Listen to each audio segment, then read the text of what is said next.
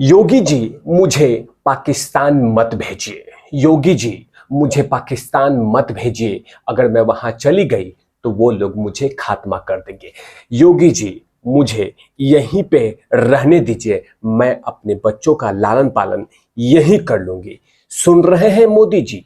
Please कृपया करके मुझे पाकिस्तान मत भेजिए। मुझे अपने प्यार के पास रहने दीजिए। मैं अपने 4 बच्चों को संभाल कर यही जिंदगी काट लूंगी। लेकिन पाकिस्तान के नाम से मुझे डर लगता है। मुझे पाकिस्तान मत भेजिए। ये तमाम बयान, तमाम बातें, तमाम चीजें सोशल मीडिया पे लगातार ट्रेंड कर रहा है और देश की बड़ी बड़ी चैनल वहां पे जाके माथा टेक के ये कह रहे हैं कि हाँ, हम सीमा हैदर का इंटरव्यू लें। इन्हीं का इंटरव्यू लेने के लिए लगातार देश की बड़ी बड़ी मीडिया वहां पहुंची हुई है। और मैं बात करूंगा कि आखिरकार देश की जनता जनार्दन ने बहुत गंभीर सवाल सीमा हैदर पे उठाया है। सीमा हैदर पे वो कौन कौन से सवाल है वो आप तमाम लोग के पास रखूंगा। और सवाल देश की भी सवाल रखूंगा कि देश की जनता जनार्दन के दिमाग में इस तरह के सवाल आ रहे होंगे कि आखिरकार सीमा हैदर अपने बच्चों के साथ पाकिस्तान से नोएडा कैसे आ गई और एजेंसियों को भनक तक न लगी। इस तमाम चीजों के लिए बात करूंगा। नमस्कार, आप देख रहे हैं तिवारी भैया, मैं हूं वेद प्रकाश। दरअसल सीमा हैदर है ये पाकिस्तान से दुबई, दुबई से नेपाल आ गई और नेपाल से इंडिया आ गई। अब वो भी नोएडा में, और एजेंसियों तक को उनको भनक तकने लगी। सोचिए क्या एजेंसियां काम कर रही हैं, हमारी देश की एजेंसियां। सोचिए, मैं उन एजेंसियों पे सवाल नहीं उठा रहा हूं, लेकिन मैं बतला रहा हूं कि एक पाकिस्तान की औरत अपने 4 बच्चों को लेकर दुबई आई, दुबई से नेपाल आ गई और नेपाल से भारत आ गई, लेकिन एजेंसियों के भनक तक नहीं लगी। इतने सारे हमारे पास एजेंसियां हैं, उसके बाद भी उन पे भनक नहीं लगी कि कोई पाकिस्तान से आया था और पाकिस्तान से आया भी। सोचिए सोचिए कितनी गंभीर मामला है ये, कितनी गंभीर मामला है। अगर कोई अनहोनी होने वाला कोई आतंकवादी आ जाता तो क्या होता, क्या होता? जबकि वो 4 बच्चों को लेकर आई है और लगातार फ्लुएंट में वो बोले जा रही है, कहे जा रही है कि मैं ऐसे मैनेज कर लिया, मैं ऐसे मैनेज कर लिया, मैं ऐसे मैनेज कर लिया, मैं ऐसे मैनेज कर लिया। सोचिए कि पाकिस्तान से दुबई, दुबई से नेपाल, नेपाल आने के बावजूद भी बस में बैठ गई और सवाल कोई पूछने वाला नहीं था। और सोचिए एजेंसियां नेपाल बॉर्डर पे क्या कर रही हैं। जिन एजेंसियों को काम दिया गया है कि यहां पे कोई ऐसा घुसपैठी नहीं हो, यहां पे ऐसा कोई चीज नहीं हो, लेकिन आराम से हो गया। और वो आराम से आई और नोएडा में अपने बॉयफ्रेंड को, मतलब होने वाले हो जो पति हैं उनके, जिनसे शादी ऑलरेडी कर चुकी है, उनको प्रपोज भी कर दिया कि आई लव यू जानू, आई लव यू सोना बाबू, लो मैं देश छोड़ के आ गई, क्योंकि जो मैंने टैलेंटेड, मेरे में दोनों में, हम दोनों में टैलेंट था, वो है पबजी। सोचिए कितनी गंभीर मसला है ये इस देश का कि एक औरत प्यार के चक्कर में उतना लंबा रास्ता तय करके वो तमाम चीजें करके आ गई। कहीं कोई एजेंसियां, इवन की दुबई की एजेंसी नहीं पकड़ी, मतलब दुबई वाले खुद ही नहीं पकड़े, दुबई से पाकिस्तान वाले का, मतलब कहीं कोई इन्वेस्टिगेशंस नहीं। अब वो इंडिया में आके बैठ गई।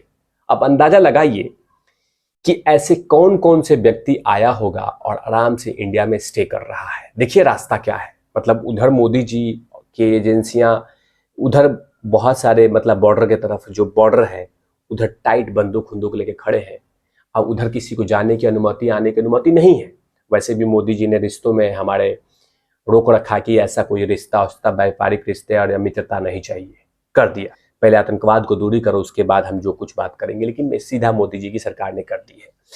लेकिन नेपाल के रास्ते में आसान तरीके से कितने ऐसे व्यक्ति आया होगा, सोचिए। अंदाजा आप लोग लगा सकते हैं। ये तो चलो लव था, प्यार था, बाबू सोना वाला कहानी था, इसलिए बाकायदा पूरी मीडिया वहां लटकी हुई है, टेंट डाल के बैठी हुई है, लगातार टीआरपी पे टीआरपी छापा जा रहा है। लेकिन अंदाजा लगाइए ऐसे सिंगल सिंगल व्यक्ति कितने नेपाल से आ जाते होंगे। और कितने आए होंगे भी, और जो हमारे देश में टेंट डाल के बैठे हुए हैं। धन्यवाद है एजेंसी को। ऐसे ही काम करते रहिए प्रभु, आप लोग ऐसे ही काम करते रहिए। अगर मान लीजिए एक दिन में 2 भी लोग एंट्री करके आ गए आराम से मतलब स्मार्ट हैंडसम बन के, तो साल में अंदाजा लगाइए कि कितने लोग इंडिया में आ रहे हैं, और वो भी दूसरे रास्ते से आ रहे हैं, लेकिन चल रही है बात। बहुत अच्छा।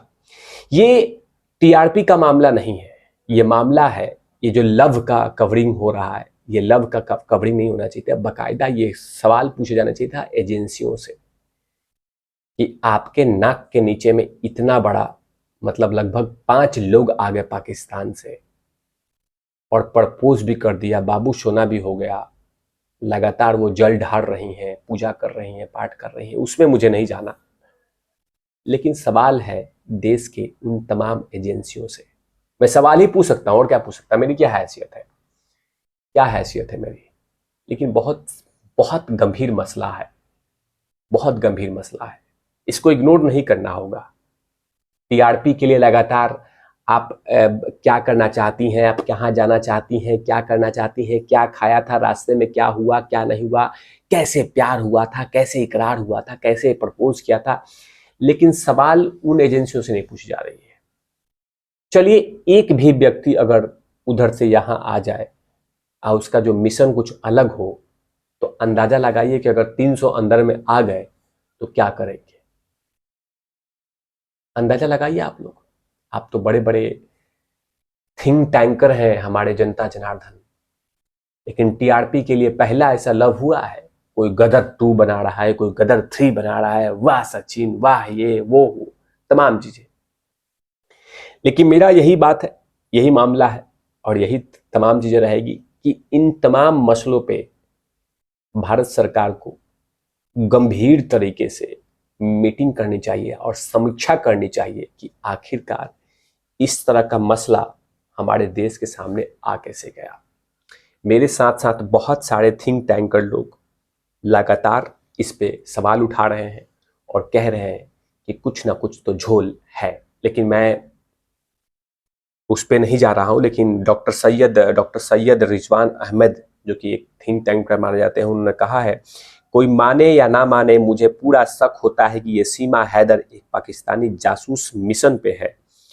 भारतीय जनता बीजेपी इंडिया और पीएमओ और होम मिनिस्ट्री से और एमईए इंडिया से गंभीरता पूर्वक इसे संज्ञान ले और जांच करे। हम राष्ट्रीय सुरक्षा और संप्रभुता के खिलाफ बिल्कुल खिलवाड़ नहीं कर सकते, इसकी जांच होनी चाहिए। एक बड़े पत्रकार हैं एनडीटीवी के, उन्होंने कहा है कि सीमा हैदर पाकिस्तान के सिंध से दुबई और वहां से काठमांडू और इधर ग्रेटर नोएडा आ जाती हैं और सिर्फ यूट्यूब देखकर। ये मसला मोहब्बत का था, पर सोचिए उसकी जगह कोई आतंकवादी होता तो सवाल यूपी पुलिस और सशस्त्र बल से ही की जाती। कहाँ है इंटेलिजेंस? ये सवाल जो मैंने लगातार इस वीडियोस में कहा था, वो कहीं ना कहीं ये तमाम चीजें साकेत उपाध्याय ने भी किया है। हालांकि बहुत गंभीर मसला है और इस तरह के जो हमारे एजेंसियां हैं जो बॉर्डर पे खड़ी हैं, उनको ज्यादा से ज्यादा सतर्क रहना पड़ेगा, वरना बहुत गंभीर मसला है। इसको प्यार और लव बाबू सोना के चक्कर में ना देखे। तिवारी भैया इन तमाम चीजों पे नजर रखते हैं और आपके सामने बात रखते हैं। तब तक के लिए आप देखते रहिए तिवारी भैया। मैं हूं वेद प्रकाश, कैमरामैन ध्रुव लाठी के साथ। ओम नॉट लपीस।